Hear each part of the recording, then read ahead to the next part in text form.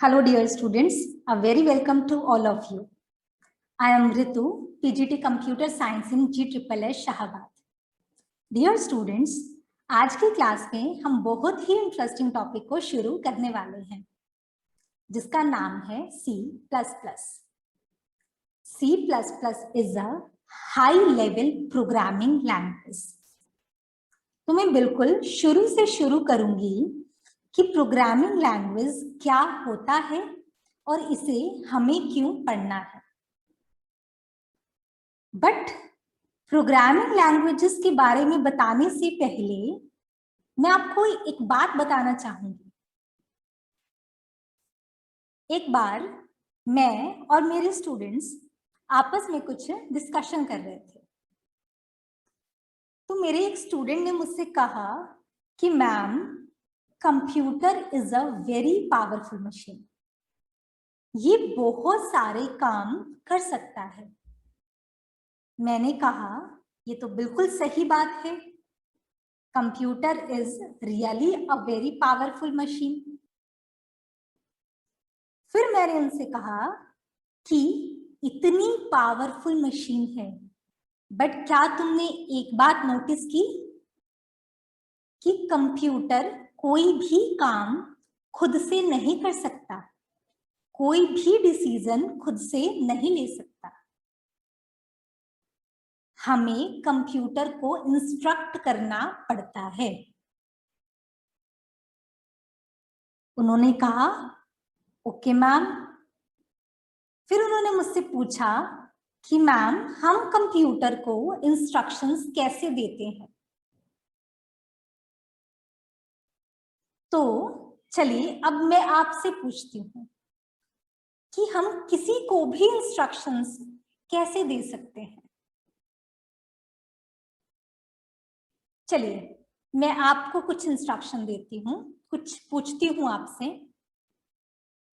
केमोन आछे, समझ में आया? नहीं? चलो मैं फिर से ट्राई करती हूँ. हाउ आर यू, अभी समझ में आया? आ गया? तो क्या डिफरेंस था? पहले आपको समझ में नहीं आया और अब समझ में आ गया. पूछा तो पहले भी मैंने हाउ आर यू ही था, बट डिफरेंस किस चीज का था? भाषा का, लैंग्वेज का. पहले जो भाषा मैंने इस्तेमाल की वो आपको नहीं आती थी, और जो बाद में मैंने यूज की वो आपको आती थी. तो यहां से शायद इस सवाल का जवाब मिल गया है कि इंस्ट्रक्शंस किस लैंग्वेज में देनी है. जो भी लैंग्वेज सामने वाले को समझ में आ जाए उसी भाषा में इंस्ट्रक्शन दे दीजिए. तो अब जो सवाल था कि कंप्यूटर को हम इंस्ट्रक्शन कैसे देते हैं, जो लैंग्वेज कंप्यूटर को समझ में आए उसमें हमें कंप्यूटर को इंस्ट्रक्शंस देने हैं. अब अगला सवाल ये है कि कंप्यूटर को कौन सी लैंग्वेज समझ में आती है. कंप्यूटर को समझ में आती है मशीन लैंग्वेज, बाइनरी लैंग्वेज, या फिर कह सकते हैं लैंग्वेज ऑफ 0 and 1. 3 लैंग्वेजेस समझ में आती है? नहीं, सिर्फ एक लैंग्वेज समझ में आती है, और ये तीनों एक ही लैंग्वेज के नाम है. मशीन लैंग्वेज, बाइनरी लैंग्वेज, या फिर लैंग्वेज ऑफ 0 and 1. तो क्या आज हम लोग मशीन लैंग्वेज पढ़ने वाले हैं?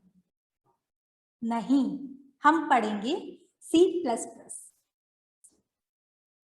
तो इस सवाल का जवाब अभी मैं आपको थोड़ी देर में दूंगी कि मशीन लैंग्वेज ना पढ़ के हम C++ क्यों पढ़ रहे हैं.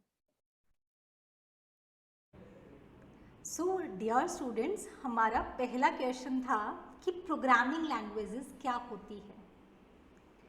सो programming languages are computer languages, ऐसी लैंग्वेज जिनका यूज हम प्रोग्राम्स लिखने के लिए करते हैं, उनको हम प्रोग्रामिंग लैंग्वेजेस कहते हैं। प्रोग्राम्स क्या होते हैं? Programs are basically set of instructions.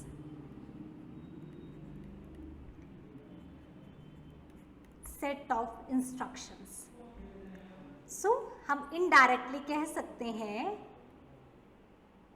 Jin languages का यूज हम कंप्यूटर को इंस्ट्रक्शन देने के लिए करते हैं उन्हीं को प्रोग्रामिंग लैंग्वेजेस कहा जाता है।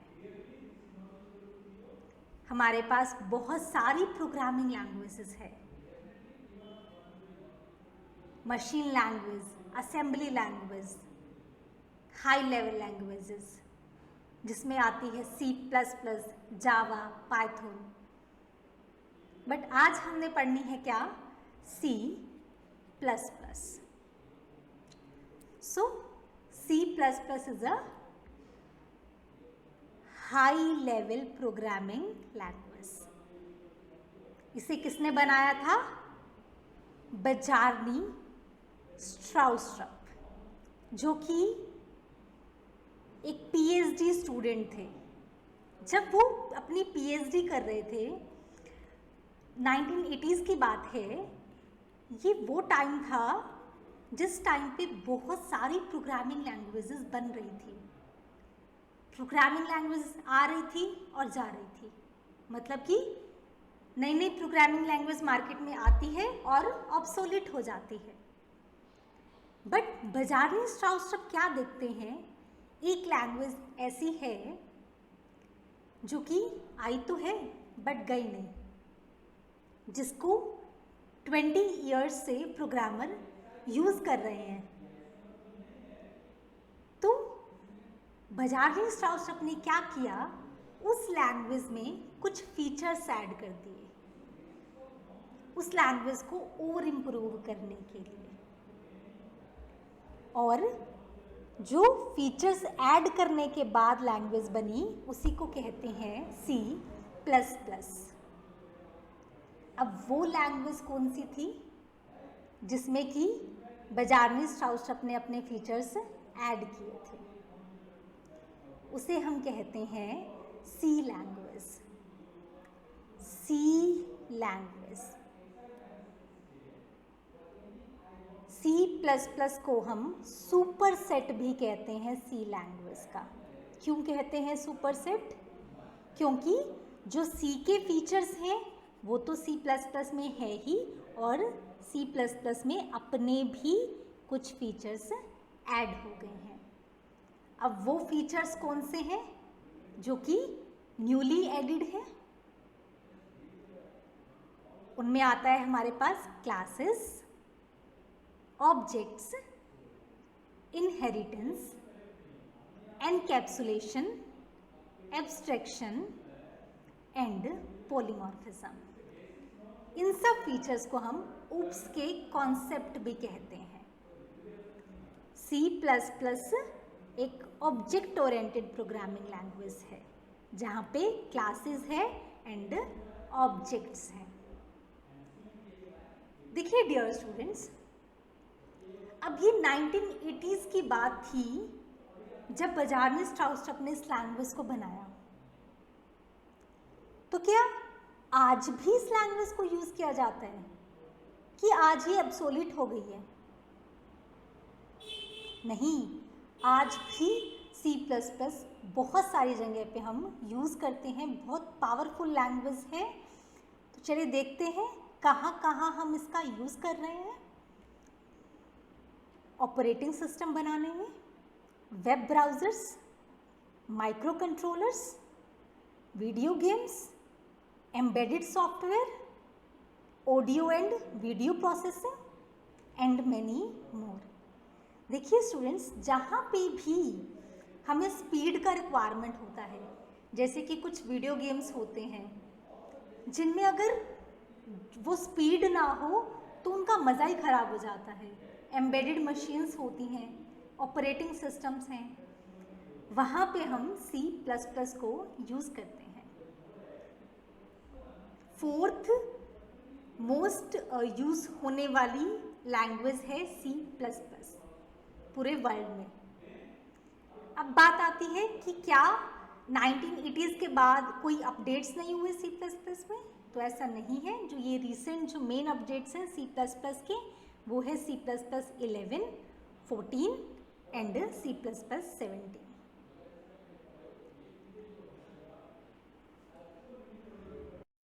चलिए हम फिर से अपने उसी सवाल पे आ जाते हैं जिसमें हमें ये चीज पता चली थी कि कंप्यूटर को सिर्फ और सिर्फ मशीन लैंग्वेज समझ में आती है। फिर हम C++ क्यों पढ़ रहे हैं और ये कैसे पॉसिबल है कि हम अपने प्रोग्राम्स मशीन लैंग्वेज की जगह C++ में या किसी और लैंग्वेज में लिख रहे हैं? इसी सवाल का जवाब जानने के लिए मैंने अपने स्टूडेंट से एक बार फिर पूछा था। मैंने उनसे पूछा कि सपोज कीजिए मैं किसी ऐसी जगह पे चली जाती हूँ जहां की भाषा मुझे समझ में नहीं आती, तो मैं कैसे समझूंगी कि वहां के लोग मुझसे क्या कहना चाह रहे हैं? मुझे उनकी भाषा समझ में नहीं आती, उन्हें मेरी समझ में नहीं आती। तो मेरे एक स्टूडेंट ने जवाब दिया कि मैम गूगल ट्रांसलेटर को यूज कर लीजिए। दूसरे ने जवाब दिया मैम ह्यूमन ट्रांसलेटर को भी यूज कर सकते हो, जिसे वो दोनों भाषाएं आती हो, आपकी भी और उस जगह के लोगों की भी। मैंने कहा ये तो बिल्कुल सही बात है, वी कैन यूज ट्रांसलेटर्स। शायद हमें अब हमारे क्वेश्चन का आंसर मिल गया है। हम C++ में या किसी और प्रोग्रामिंग लैंग्वेज में अपना प्रोग्राम कैसे लिख पा रहे हैं? हम लोग यूज करेंगे ट्रांसलेटर का। ओके, चलिए अब हम डिस्कस करते हैं कि कौन कौन सी प्रोग्रामिंग लैंग्वेजेस है और किस तरीके से डिफरेंट प्रोग्रामिंग लैंग्वेजेस आई। देखिए डियर स्टूडेंट्स, ऐसा नहीं था कि इनिशियली हमने अपने प्रोग्राम्स को हाई लेवल लैंग्वेज में लिखना शुरू कर दिया था। शुरू में हम कंप्यूटर को इंस्ट्रक्शंस मशीन लैंग्वेज में ही देते थे। हम अपने कोड को मशीन लैंग्वेज में ही लिखते थे। तो हम कहते हैं first generation programming language. But जो मशीन लेवल लैंग्वेज है उसमें कोड को लिखना हमारे लिए बहुत डिफिकल्ट है। हर चीज को 0-1 की फॉर्म में लिखना बहुत डिफिकल्ट है। सिंबल्स हैं या फिर अल्फाबेट्स हैं या कैरेक्टर्स हैं, नंबर्स हैं, हर चीज को 0 और 1 की फॉर्म में लिखना। तो उसके बाद हमने स्टार्ट किया अपने कोड को लिखना असेंबली लैंग्वेज में, और इसको हम कहते हैं second generation language. Assembly language में कोड को लिखना थोड़ा इजी हो गया। अब हम न्यूमोनिक्स यूज करते थे असेंबली लैंग्वेज में, जैसे कि दो नंबर्स को ऐड करने के लिए ऐड न्यूमोनिक्स यूज होता था, ADD। माइनस करने के लिए सब, SUB। मल्टीप्लिकेशन के लिए MUL। डिवीजन के लिए DIV। तो ये न्यूमोनिक्स हम यूज करने लगे। 0-1 से हर चीज को 0-1 की फॉर्म में लिखने से ये काफी इजी था, बट उतना भी आसान नहीं था। फिर उसके बाद आई थर्ड जनरेशन प्रोग्रामिंग लैंग्वेज, जिन्हें हम कहते हैं हाई लेवल प्रोग्रामिंग लैंग्वेज, जिनमें से C++ को आज हमने थोड़ा सा डिस्कस किया। अभी ये चीज तो हमें पता चल गई कि हम हाई लेवल लैंग्वेज में अपने प्रोग्राम को किस तरीके से लिख पा रहे हैं। ऐसा नहीं है कि कंप्यूटर को हाई लेवल लैंग्वेज समझ में आती है, उसे तो सिर्फ मशीन लैंग्वेज ही समझ में आती है। बट क्यों लिख पा रहे हैं, उसका आंसर आप लोगों ने ही दिया था कि हम ट्रांसलेटर को यूज कर सकते हैं। चलिए देखते हैं कि ट्रांसलेटर क्या होता है। ट्रांसलेटर एक क्या करता है, सोर्स कोड को ऑब्जेक्ट कोड में कन्वर्ट करता है। सोर्स कोड क्या होता है, जो हाई लेवल लैंग्वेज में हम कोड लिखते हैं, प्रोग्राम लिखते हैं, उसे कहते हैं सोर्स कोड। और ट्रांसलेटर क्या करेगा, उसे ऑब्जेक्ट कोड में कन्वर्ट कर देगा। ऑब्जेक्ट कोड क्या होता है, जो मशीन कोड होता है, ऐसा कोड जो कंप्यूटर को समझ में आता है, उसे कहते हैं मशीन कोड या object code. Translator converts source code into object code, high level language code into machine level language code. Okay, so 3 तरह के ट्रांसलेटर आज हम पढ़ेंगे, जिनका नाम है assembler, compiler and interpreter. Translators, सबसे पहले है असेंबलर। असेंबलर क्या करता है, तो एज द नेम स्पेसिफाइज, ये क्या करेगा, कन्वर्जन करेगा, किसका, असेंबली लैंग्वेज का मशीन लैंग्वेज में। जो सेकेंड जनरेशन लैंग्वेज थी असेंबली लैंग्वेज, वो भी कंप्यूटर को समझ में नहीं आती थी, उसको हम with the help of assembler machine language में कन्वर्ट कर लेते हैं, जिससे कि वो कंप्यूटर को समझ में आ सके। असेंबलर ने कन्वर्ट कर दिया असेंबली लैंग्वेज को मशीन लेवल लैंग्वेज में। देखिए, ये जैसे मैंने आपको बताया था, असेंबलर में हम न्यूमोनिक्स यूज करते हैं, तो ये लेफ्ट साइड में आपको दिखाई दे रहा है IN, सब आई, आउट, दीज आर न्यूमोनिक्स। और उसको असेंबलर ने 001 की फॉर्म में कन्वर्ट कर दिया, 0101 की फॉर्म में कन्वर्जन कर दिया। नेक्स्ट है कंपाइलर। कंपाइलर क्या करता है, कंपाइलर हाई लेवल लैंग्वेज को मशीन लैंग्वेज में कन्वर्ट करता है। जैसे कि अगर C++ का कोड है, उसे कन्वर्ट कर देगा मशीन कोड में 0101 की फॉर्म में। मैं आपको आगे दिखाऊंगी C++ का कोड कैसा दिखता है। ये देखिए, कंपाइलर ने हाई लेवल लैंग्वेज को मशीन लैंग्वेज में कन्वर्ट कर दिया। इंटरप्रेटर भी यही करता है, हाई लेवल लैंग्वेज को मशीन लैंग्वेज में कन्वर्ट करता है। अभी आप सोच रहे होंगे कि फिर दोनों में डिफरेंस क्या है, कंपाइलर भी वही कर रहा है और इंटरप्रेटर भी वही कर रहा है, तो दोनों में क्या डिफरेंस है। इस तरीके से तो दोनों सेम हुए, बट नहीं, दोनों सेम नहीं है, दोनों में डिफरेंस है। वो डिफरेंस क्या है, compiler scans the entire program and translate the whole of it at once, जबकि interpreter translates just one statement at a time। देखिए, कंपाइलर पूरे कोड को एक ही बारी में मशीन कोड में कन्वर्ट कर देता है, जबकि इंटरप्रेटर ऐसा नहीं करता। Interpreter line by line conversion करता है।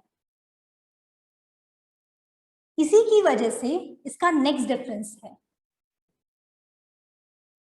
चूंकि कंपाइलर ने पूरे कोड को एक साथ कन्वर्ट कर दिया, तो जब एक बार कन्वर्जन हो गई, एक बार हमें मशीन कोड मिल गया, तो उसके बाद कंपाइलर की नीड खत्म। फिर उसके बाद हमें कंपाइलर की कोई जरूरत नहीं है। Once translated, the compiler is not needed. जबकि इंटरप्रेटर के केस में ऐसा नहीं होता। जब तक हम अपने सोर्स कोड को एग्जीक्यूट कर रहे हैं, तब तक इंटरप्रेटर की जरूरत हमें पड़ती है। कंपाइलर पूरे कोड को कन्वर्ट करता है, interpreter line by line conversion करता है। एक बार कोड कन्वर्ट हो गया, कंपाइलर की कोई जरूरत नहीं है। मशीन कोड को हम डायरेक्टली एग्जीक्यूट कर सकते हैं। इंटरप्रेटर के केस में ऐसा नहीं है।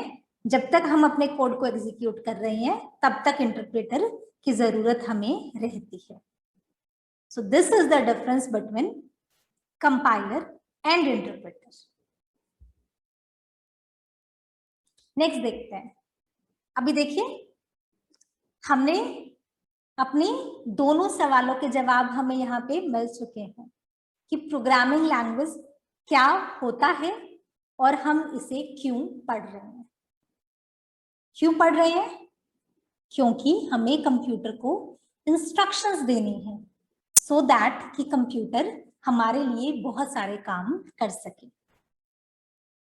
अब हम बात करते हैं कि जब हम इंस्ट्रक्शन दे रहे हैं C++ में, तो एक C++ के प्रोग्राम को रन करने के लिए हमें किन चीजों की जरूरत है।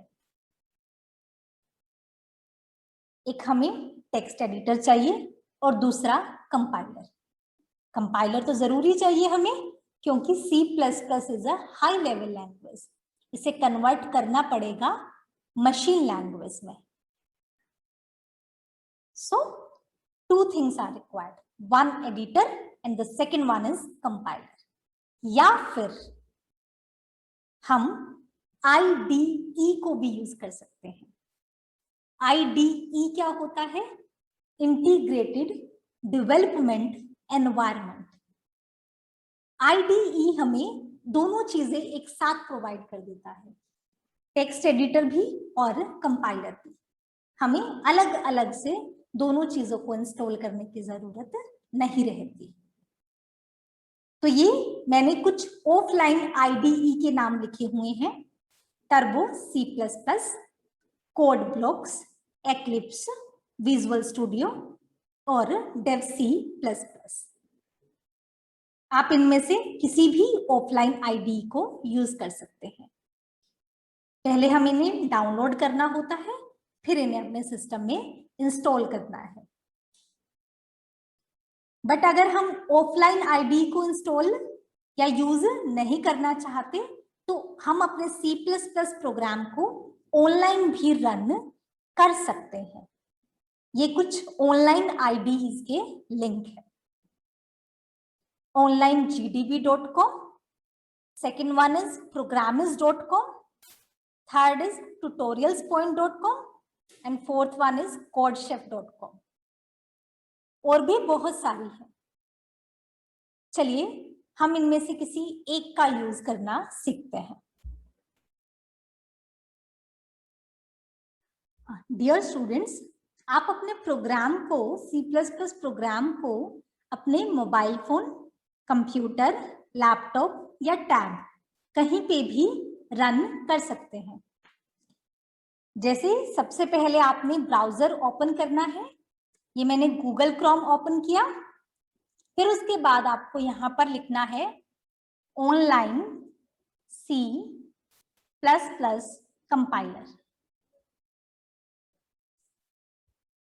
उसके बाद ये देखिए, आपको सबसे ऊपर ही onlinegdb.com एक ऑनलाइन C++ कंपाइलर का लिंक मिल गया है।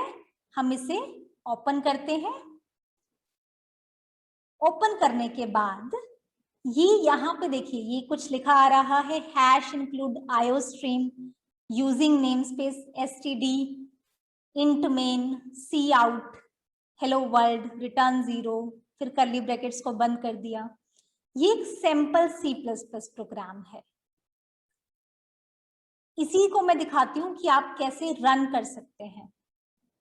आप ये ऊपर देखिए, ये रन का बटन है, या फिर आप यहाँ पे रन पे क्लिक कर दीजिए या फिर F9 को प्रेस कर दीजिए।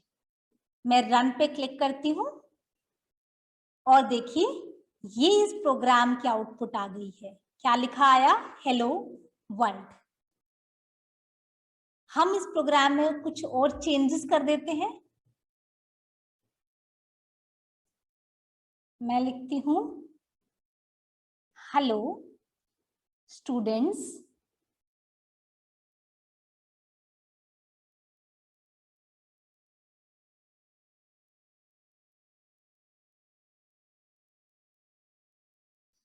Are you enjoying learning C++? फिर से इसे रन करती हूँ। ये देखिए, hello students, are you enjoying learning C++? अब ये हमारी आउटपुट आ गई है। इसी तरीके से आप भी यहाँ पे अपना कोड लिख सकते हैं। नेक्स्ट क्लासेस में हम कुछ और कोड बनाना सीखेंगे C++ की।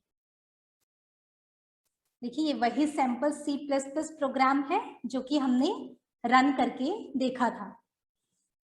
सो स्टूडेंट्स, आई होप कि आपको सभी कॉन्सेप्ट्स क्लियर हो गए हैं जो हमने आज की क्लास में पढ़े। अभी आप खुद से एक्सप्लोर कीजिए। C++ बहुत ही इंटरेस्टिंग और पावरफुल प्रोग्रामिंग लैंग्वेज है। Okay, thank you.